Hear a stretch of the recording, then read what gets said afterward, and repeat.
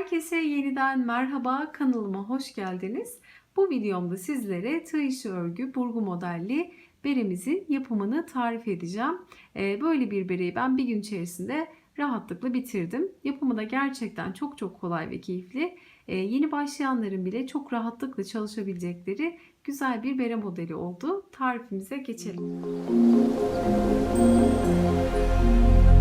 Berem için kullanacağım ipim kar topunun ak softu olacak. Burada önerilen tığ numarası 3,5. Elim normalde gevşektir. Ben 4 numara tığ kullanacağım. Şöyle ipimi kenara alıyorum. Normalde gevşek örerim. Yarım numara daha büyük tığ kullanıyorum önerilen tığ numarasından. Çünkü arkadan ve önden alınarak örülen bir model olduğu için zaten toplama yapıyor. Bunun için daha büyük numara tığ tercih ediyorum. Zincir çekerek başlayacağız beremizin yapımına. Modelimizin yapımı 10 ve katlarından oluşuyor. Bu beremde 80 zincir kullandım. 80 yani iyi yetişkin için, elimde gevşek, bunu söyleyeyim. Eğer eliniz sıkıysa belki 80 zincir değil de 90 zincir yeterli olacaktır. Buradaki elimizin sıkılığı, gevşekliği, tığ numaramız gerçekten çok önemli. Zincirimizi çekeceğiz. Zincirimiz 10 ve katlarından oluşuyor. 10 artı 10 artı şeklinde zincirlerimizi çekeceğiz. Baş çevremizde ölçeceğiz. Eğer oluyorsa başımıza ya da öreceğimiz kişinin başına ölçeceğiz. Oluyorsa modeli yukarı doğru çıkmaya başlayabiliriz. Beremizi tamamlayabiliriz. Bu zincir sayısı önemli. 10 ve katlarından oluşuyor demiştim. Bakın bu şekilde bir halka oluşturuyorum. Zincirimi çekip ilk zincirimi kilit yapıyorum.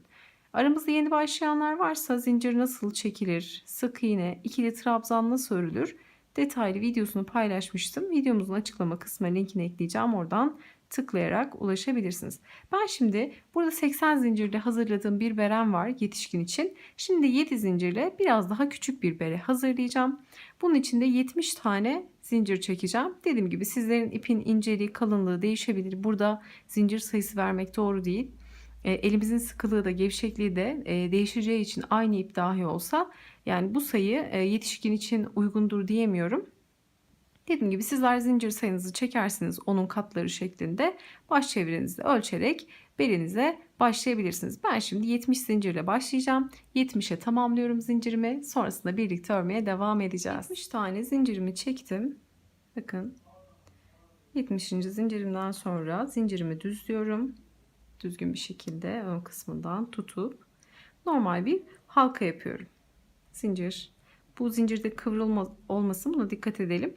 İlk başladığım zincirin yani sıkılama değil bir sonraki zincirin bir sıkılama zincir yapmıştık. Bunu saymıyoruz. O kilit. Böyle ilk zincirin ortasına batıp ilmek çıkarıyorum. Çıkardığım ilmeği diğer ilmeğimden kaydırarak geçiriyorum. Ve yukarı çıkarken bir iki zincir çekiyorum. Tığımın başına doladım. Bakın aynı ilk kaydırma yaptığım zincire tekrar batarak ilmek çıkarıyorum. İkili trabzan örüyorum. İkisini birlikte doladım. Bir sonraki zincire batıyorum. İlmek çıkardım. İkisini birlikte. Bu şekilde örerek ikili trabzanımı ilk sırada tamamlayacağım. Her bir zincire bir tane ikili trabzan örüyorum.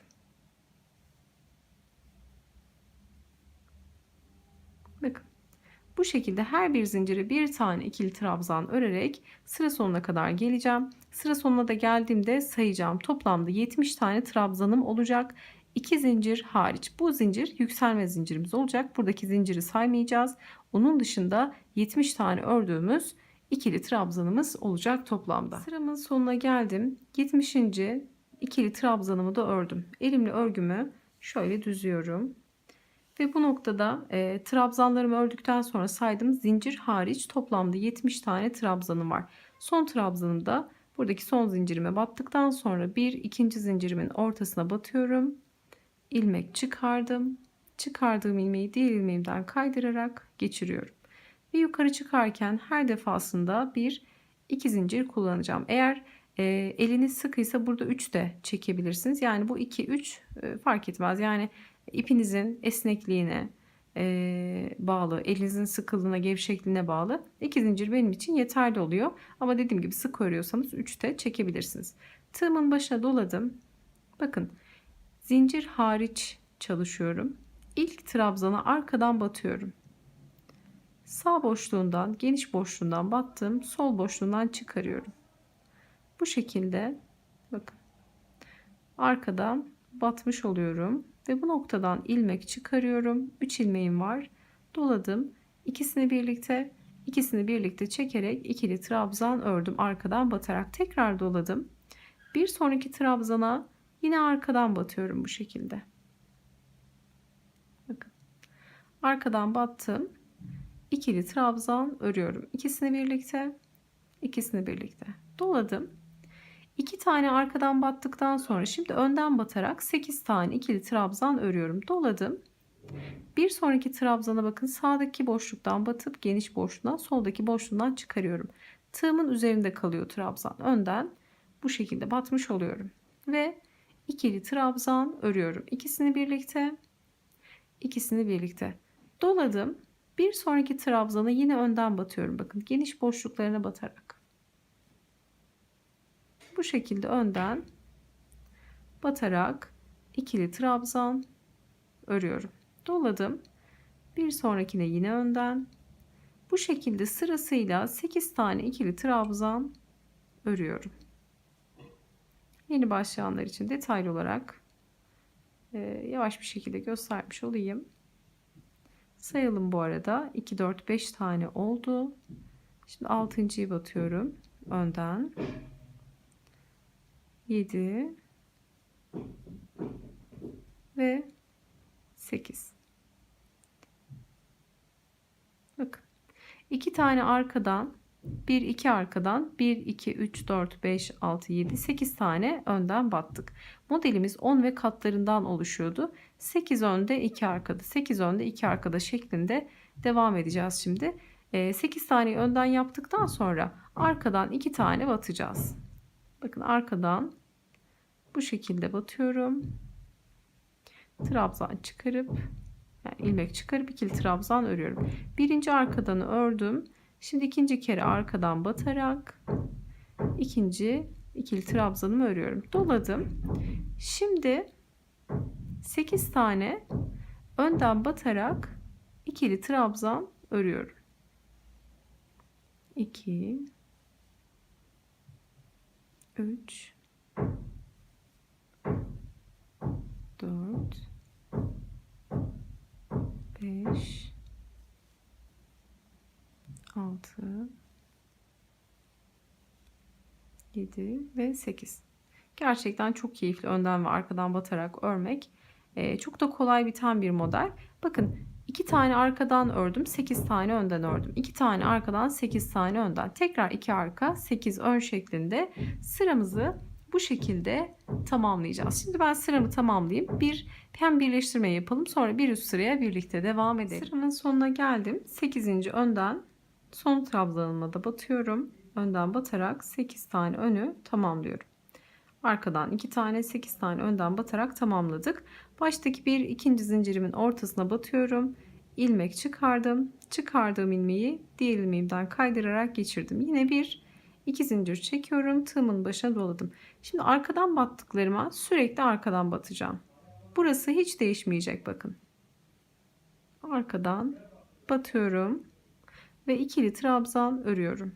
Doladım. Bir sonrakini yine arkadan batıyorum. Yani her seferinde 2 tane arkadan batarak başlayacağım. Bu değişmeyecek. Şimdi öne geldim, bakın. Öndekine yine aynı işlemi yapacağım. Öndekine önden batarak 8 tane ikili trabzan öreceğim. Alt sırada detaylı olarak gösterdiğim için birazcık hızlı öreceğim bu önden batmaları. Sadece ikili trabzan örüyorum. Hiç farklı bir şey yok. Bu şekilde 8 taneyi tamamlıyorum. Yani alt sırada yaptığım işlemin aynısını tekrar etmiş oluyorum bu sırada da.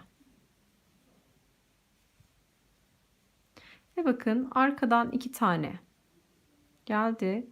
8 taneden sonra arkadan 2 tane örüyorum. Artık saymaya gerek yok. İlk sırada saydık. Şimdi arkadan gelenleri arkadan, önden gelenleri önden batarak bu şekilde şu lastik kısmını yapacağız, bakın. Şuradaki bu kısmı yapacağız. Ben burada 1, 2, 3, 4, 5 sıra yapmışım.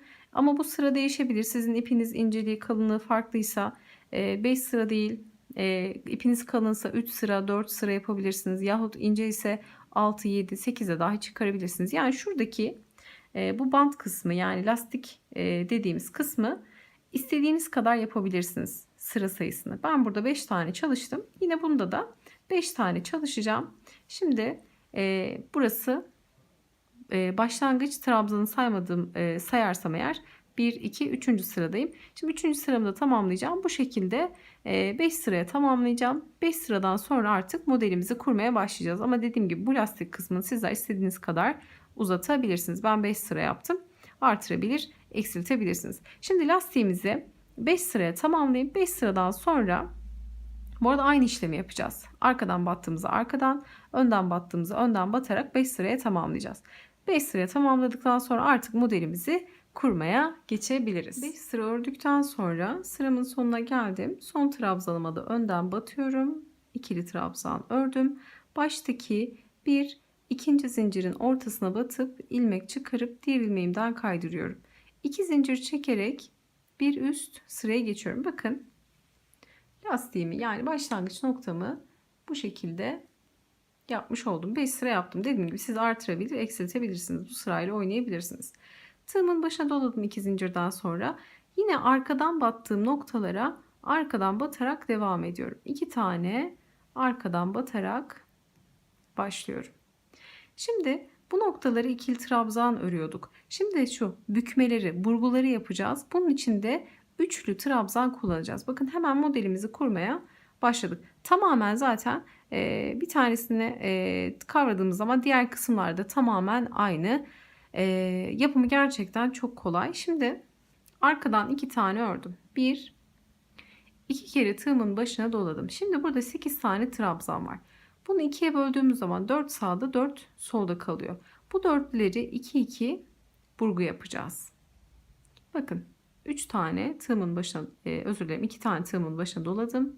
Baştaki ikinci trabzanı atlıyorum.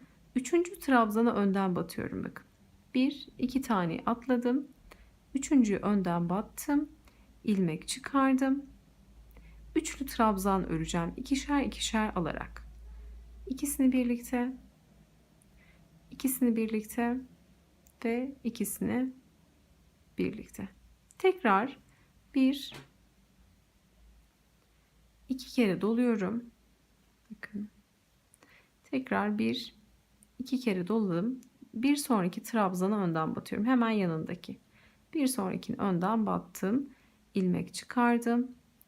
İkisini birlikte, ikisini birlikte, kalan 2'yi de birlikte çekerek bu şekilde üçlü trabzan örmüş oldum.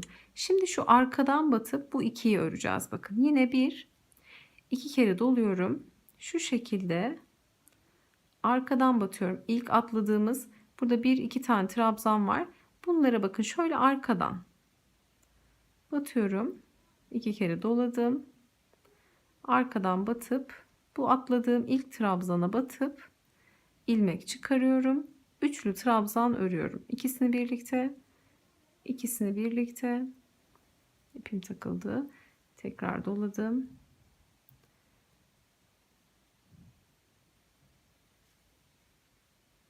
İkisini birlikte, ikisini birlikte, ikisini birlikte örerek üçlü trabzanı ördüm. Tekrar 1 2 kere doluyorum. Arkadan batıyorum, bakın. İkinci trabzana. Buradaki trabzanı önden batıyorum. Şöyle açtığım zaman daha rahat batabilirim. Atladığım ikinci trabzana batıp önden üçlü trabzan yapıyorum. 3 kere de çıkıyorum. İkisini birlikte, ikisini birlikte, ikisini birlikte. Bakın, burgumuzu yaptık. Tekrar 1 2 kere doluyorum. Buradaki dörtlüyü bu şekilde çaprazlama ördük yani. 2 kere doladım. Baştaki yine 1 2 atlıyorum sıradaki. 1 2 tane trabzana atlayıp 3. trabzana batıp üçlü trabzan örüyorum. İkisini birlikte, ikisini birlikte. 1 2 kere doladım. Bir sonraki trabzana batıyorum. Üçlü trabzan örüyorum.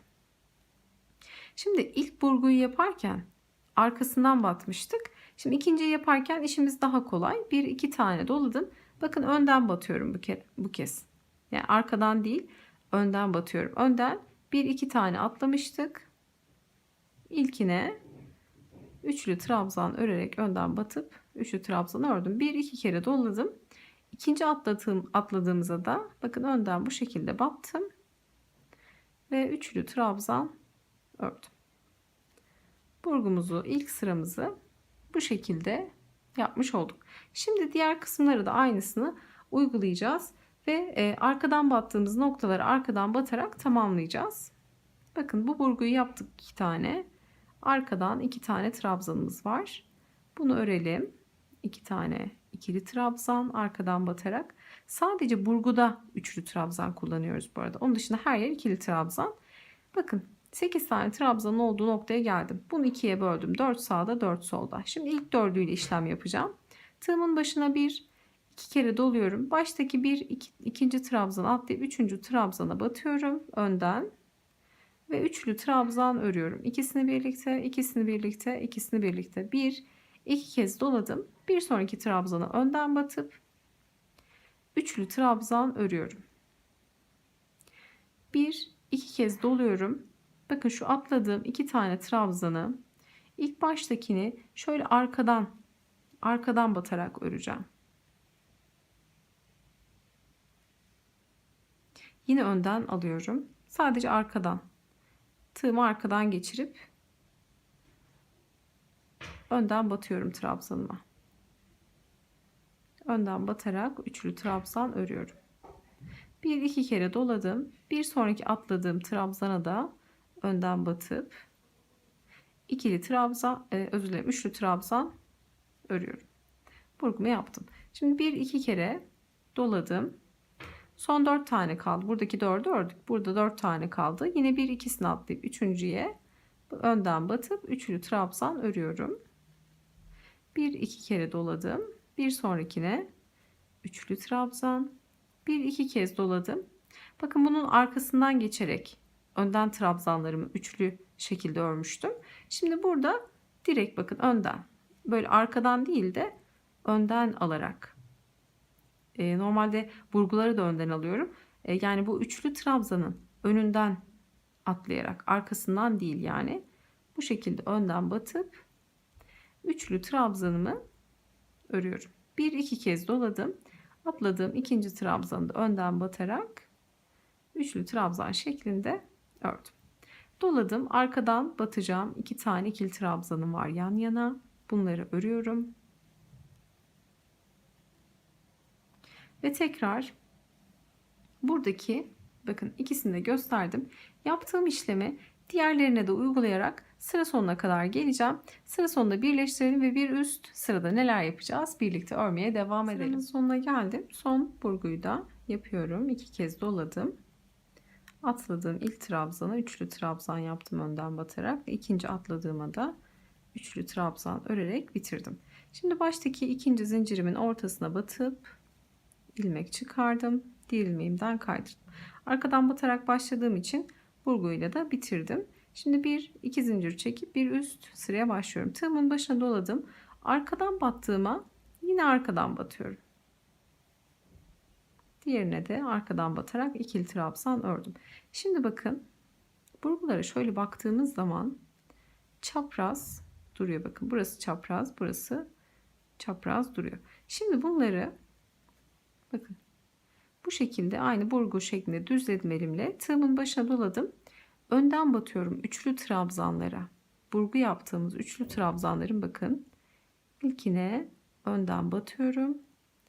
İkili trabzan örüyorum. Doladım. Hemen yanındaki üçlü trabzana önden batıp ikili trabzan örüyorum. Artık ikili trabzan bu sırada hepsi. Bakın arkada kalıyor. Şu arkadan batarak ördüğümüz burgumuz.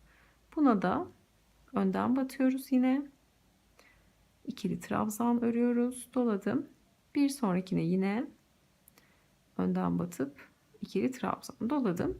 Şimdi buradaki burguya geldik. Bakın. Şimdi bunlara da birer birer batıp toplamda 8 tane önden batarak ördüğümüz trabzanımız olacak.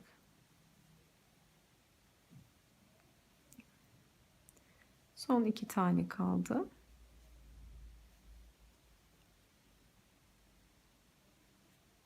Bu şekilde sıramızı tamamladık.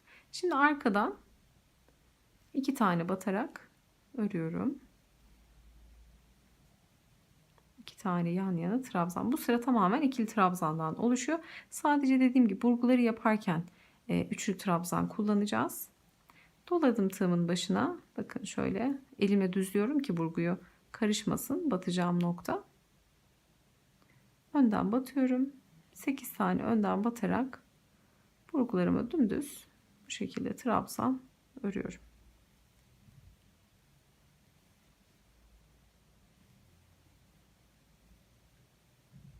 Bir sonrakine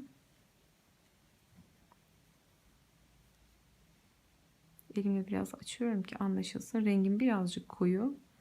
Umarım net anlaşılıyordur. Ve bakın 8.'yi de batıyorum. Sonra geliyor arkadan batacağım 2 tane yan yana ikili trabzan. Bunları hep aynı şekilde batacağız. Bakın şuralar. Bunlar hep aynı devam edecek. Burgu da aynı şekilde devam edecek. Şimdi burgu şimdi 5 tane lastik yaptık ya bu kısımda. Bir kez vurduk. Üçlü trabzanla burmayı yaptık. Yani büktük. Bir burada bir de burada. Sonra ikili trabzan örüyoruz önden batarak. Yani şu sıralarda bu lastik kısmında yaptığımız işlemin aynısını burada da uyguluyoruz. Şimdi ben bu sıradan 2 sıra öreceğim. Şimdi bu sırayı örelim. Sıra sonuna kadar gelelim. Sonra bir üst sıraya devam edelim. Aklımız karışmasın. Özellikle yeni başlayanlar için sıra sıra detay vermek istiyorum. Şimdi bu sırayı bu şekilde tamamlayıp 8 tane önden 2 tane arkadan 8 tane önden 2 tane arkadan batarak bu şekilde burgularımızı bakın bir üst sırasını öreceğiz. Sırayı tamamladıktan sonra bir üst sıraya birlikte devam edeceğiz. Sonuna geldim. Son üçlü trabzanım bakın burgunun olduğu noktaya da önden batıp ikili trabzanımı örüyorum. Baştaki ikinci zincirimin ortasına batıp ilmek çıkarıp diğer ilmeğimden kaydırıyorum. Ve bir iki zincir çekerek bir üst sıraya başlıyorum. Tığımın başına doladım. Bakın yine arkadan batarak 2 tane yan yana ikili trabzan örüyorum. Arkadan batarak hep bu şekilde başlıyoruz ve bu şekilde devam edeceğiz. Şimdi geldim. Bakın önden batmalı 8 tane ikili trabzan örmüştük bir alt sırada. Şimdi burada yaptığımız işlem altta yaptığımız işlemin aynısı. Bir alt sırada yaptığımız işlemin aynısı. 2 arkadan 8 tane de önden örerek bu sırayı tamamlayacağız. Önden batıyorum. 8 tane önden batarak örüyorum. İkili trabzan örmüştük diğer sırada. Bakın önden batarak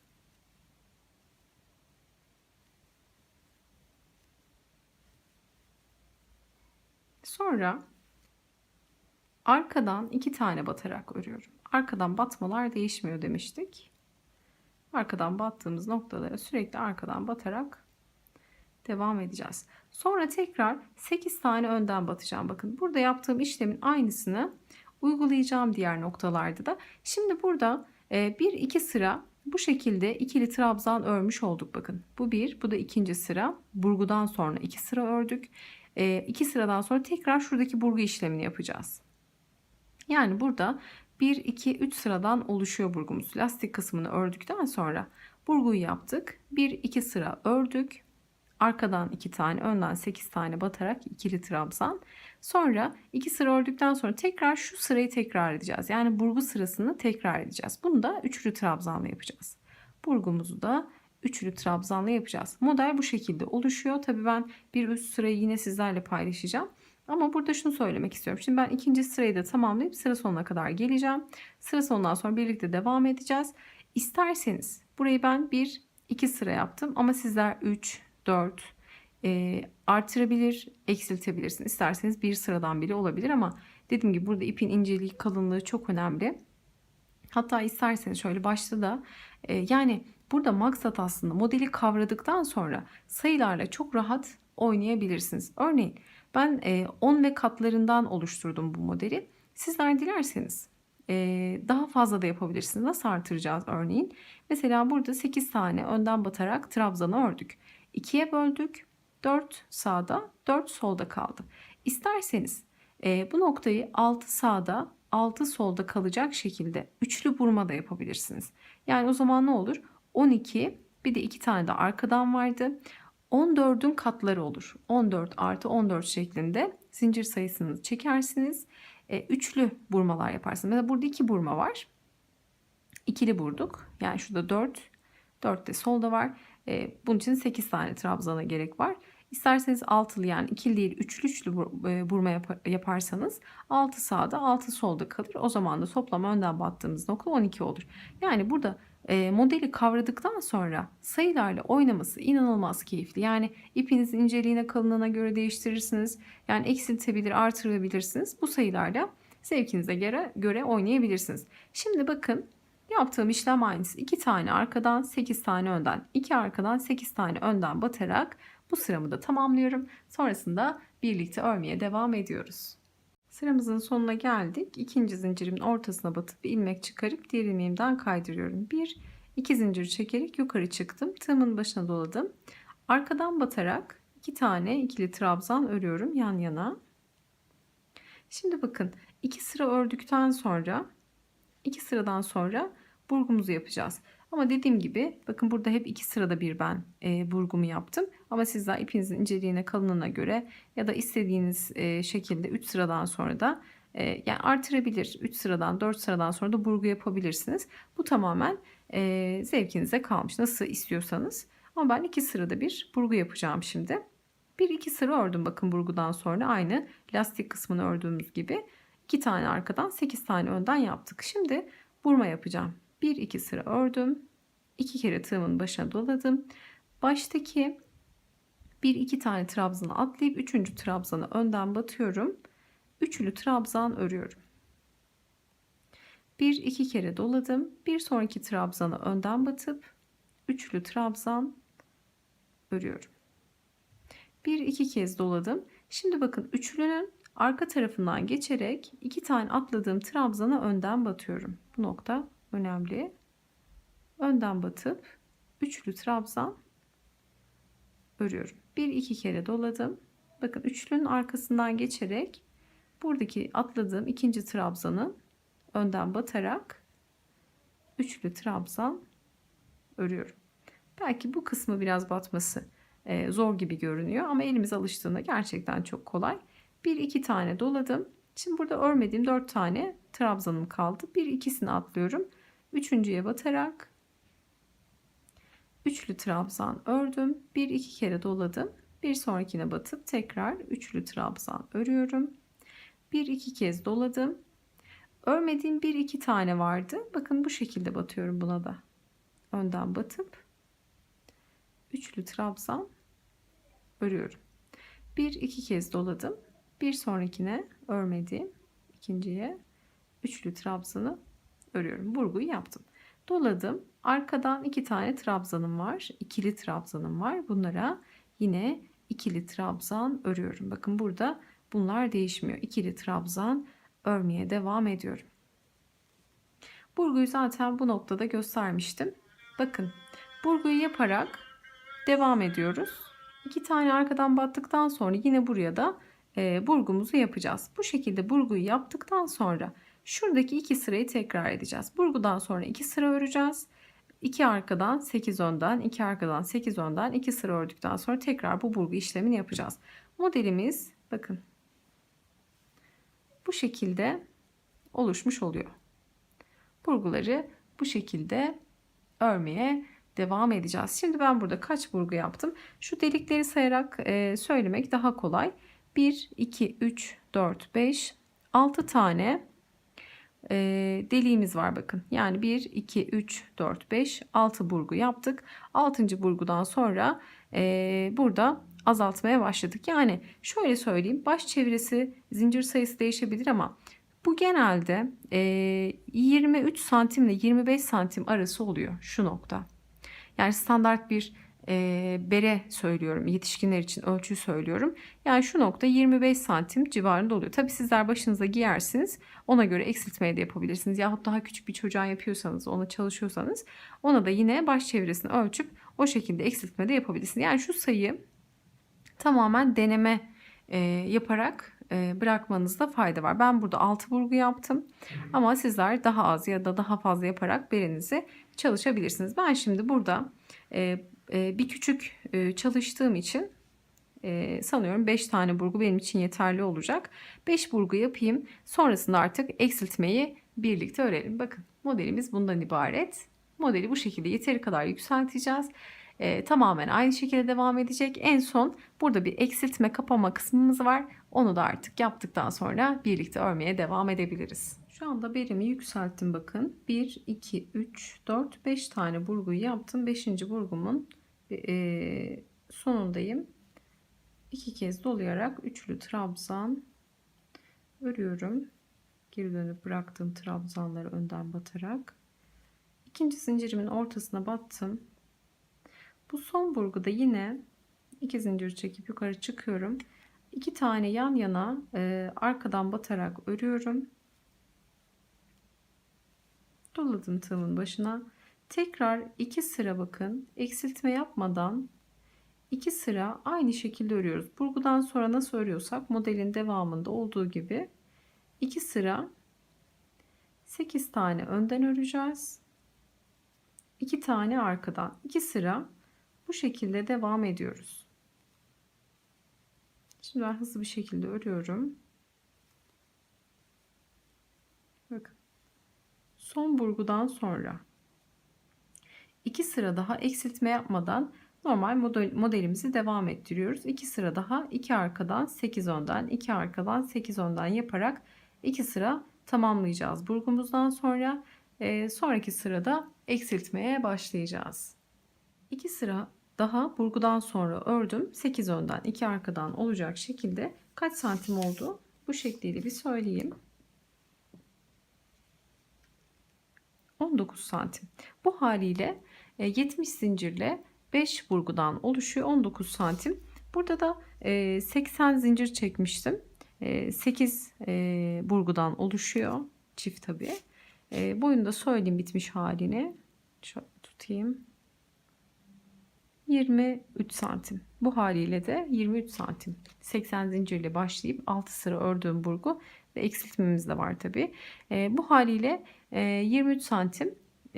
Burada da değil mi, doğru söyledim, 23 santimde. Şöyle tutayım tekrardan. Evet, 23 santim. Burada da 19 santim. Şimdi birleştirmeyi yapıyorum. Bakın şöyle kenara alayım. 8 taneyi önden battım. İkinci zincirimin ortasına batıyorum. İlmek çıkardım. Diğer ilmeğimden kaydırdım. 1-2 zincir çekip yukarı çıktım. Arkadan battığım 2 tane ikili trabzana yan yana 2 tane batıyorum. Burada bir değişiklik yok. Şimdi 8 tane önden battığımız noktalarda eksiltme yapacağız. Sadece eksiltmeleri şimdi bu noktada uygulayacağız. Arkadan batacağımız noktalara 2 tane batmaya devam edeceğiz. Tığımın başına doluyorum. İlk önden battığım noktayı yine önden batarak ilmek çıkardım. İlk 2 ilmeği tığımdan geçirdim. 2 tane ilmek tığımda doladım. Bir sonraki trabzana önden battım. İlmek çıkardım. İlk 2 ilmeğin içerisinden geçirdim. 3 ilmek tığımda doladım. Üçünü tek seferde topladım. Tekrar doladım tığımın başına. Bir sonraki trabzana önden battım. İlmek çıkardım. Doladım. İlk ikisinin içerisinden geçirdim. 2 ilmeği tığımda tutuyorum. Doladım. Bir sonraki trabzana önden battım. İlmek çıkardım. Doladım. Yine ilk ikisine battım. 3 ilmeğim var. Doluyorum. Üçünü tek seferde topluyorum. 2 taneleri bir trabzana düşürmüş oluyorum. Tekrar doladım. Önden battım. İlk ikisini aldım. 2 taneyi tığımda bıraktım. Doladım. Bir sonraki noktaya battım. İlmek çıkardım. İlk ikisini çektim. 3 tane kaldı tığımda. Doladım. Üçünü tek seferde topladım. Bu son 2 trabzana da aynı işlemi uyguluyorum. Aynı eksiltme işlemini uyguluyorum. Şimdi burada baktığımızda 8 tane trabzan vardı. Çift çift bunları eksilttik. Burada kaldı 1, 2, 3, 4 tane. Bu şekilde eksiltmiş olduk. Bu sırayı böyle tamamlayacağız. Arkadan batma noktalarına 2 tane yan yana trabzanımızı öreceğiz. İkili trabzanımızı arkadan batarak. Sonra tekrar bakın bir sonraki burgu kısmına geldim 8 tane önden. Yine ilk ikisini çekerek 2 trabzanı önden battım. 3 ilmek kaldı. 3'ünü tek seferde topladım. Bu şekilde eksiltme yaparak bu sıramızı tamamlamış oluyoruz.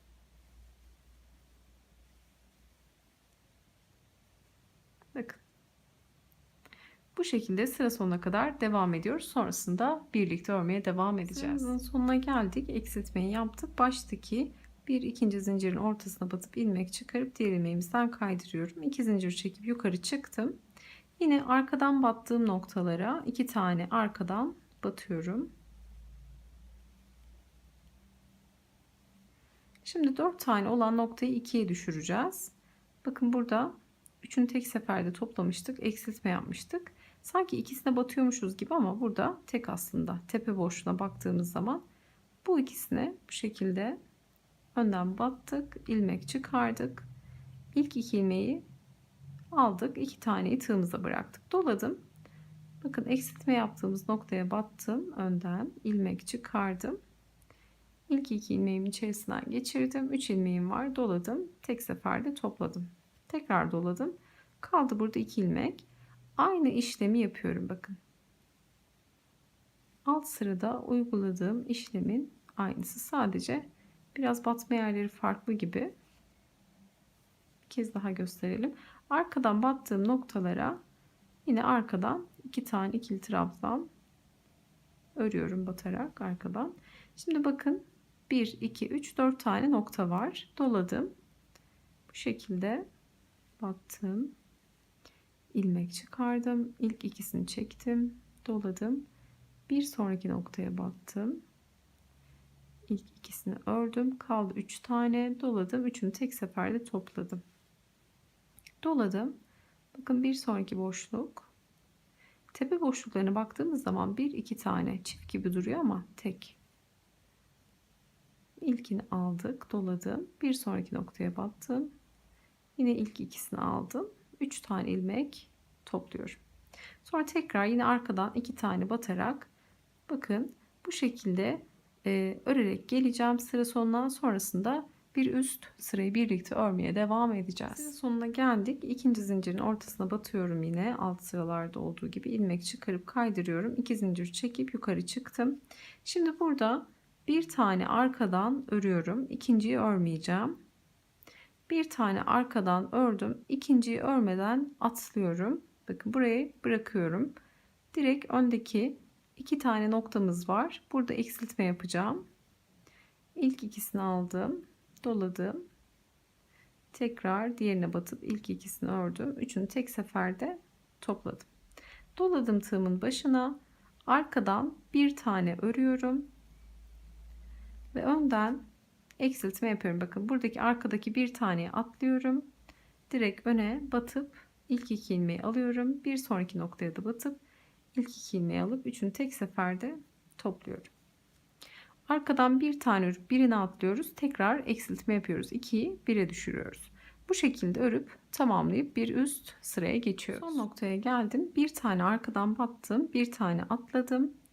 Önden bakın eksilttiğim noktaya batıp ilk 2 ilmeği örüyorum. Doladım. Bir sonraki noktaya batıp ilk ikisini ördüm. Doladım. Üçünü tek seferde topladım. Şimdi buradaki baştaki ikinci zincirime batıyorum. İlmek çıkarıp diğer ilmeğimden kaydırıyorum. Şimdi bir sonraki noktamızda bakın bu kadar kapandı. Yani hepsinden bir tane kaldı. Biri önden, bir arkadan, bir önden, bir arkadan şeklinde sıra kaldıktan sonra şimdi bu ilmekleri toplayacağız. Nasıl toplayacağız? Burada bir tane zincir çekiyorum. Kaydırmadan sonra sıkıladım. Yeteri kadar ip bırakacağım şimdi. Makasımı aldım. Yeteri kadar ip bırakıyorum. Çok değil.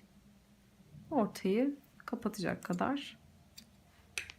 Yani yaklaşık bir 20-25 santim kadar göz kararı ilmeğimden ipimi çıkarıyorum. Şimdi isterseniz bu noktada dikip buraya pompon da dikebilirsiniz. Yahut bu şekilde bırakabilirsiniz. Yani nasıl kullanmak istiyorsanız pomponla da kullanılabilir. İster hazır kullanırsınız, ister elde pompon yaparsınız. Tamamen zevkinize kalmış. Şimdi burada şuradaki açıklığı kapatacağız. Bakın. Eksiltmeyi de bu şekilde yaptık. Şöyle tepe noktadan da bakalım. Bu şekilde bitirdik. Şimdi şuradaki tepe noktalardan bakın. Bu ipleri bu şekilde tutup geçiriyorum. Bir nevi terleme yapıyorum yani. Bir sonraki noktaya batıp tığımla içten dışa doğru ipi alıp dışarıdan içeri doğru çekiyorum. Bakın bir sonraki boşluk, ipimi alıyorum ve buradan geçiriyorum.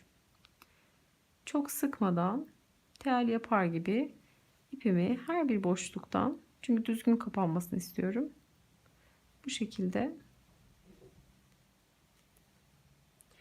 geçiriyorum. Her bir noktadan bir tane.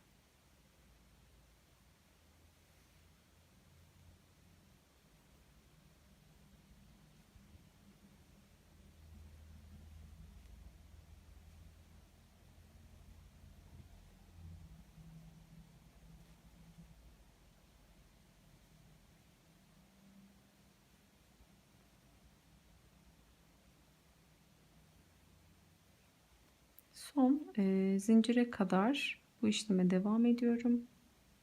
Hepsinden geçiriyorum ki açıklık kalmasın.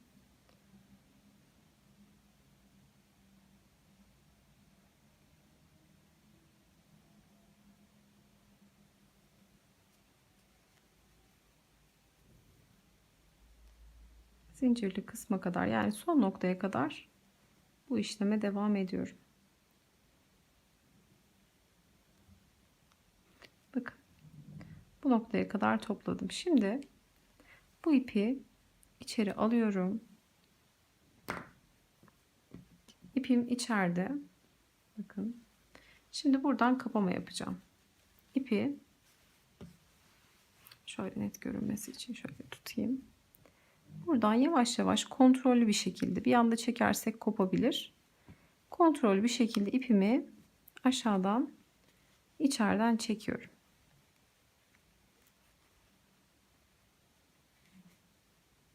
Ve burayı büzüyorum.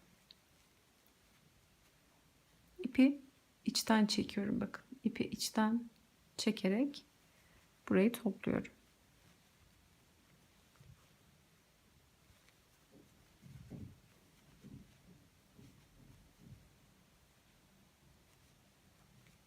Evet.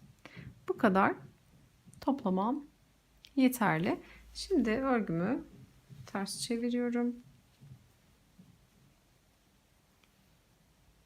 Şimdi bu ipi aslında daha küçük numaralı bir tığ olsa daha rahat olur ama şimdi elimdeki tığla ipimi aralardan geçirip bu şekilde bir tane zincir çekeceğim. Böyle daha kolay oluyor.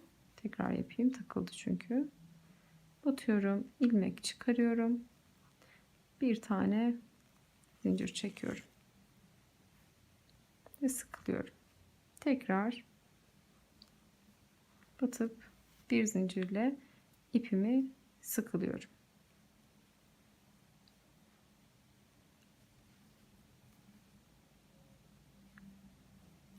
Bu şekilde ipimi sıkıladıktan sonra kesiyorum.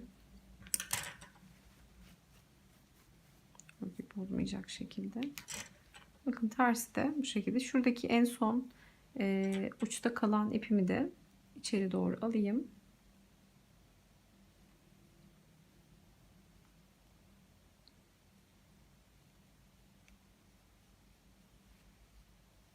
Bu şekilde gizledim. Şimdi belimi çeviriyorum.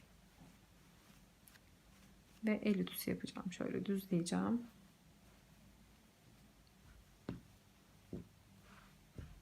Bakın.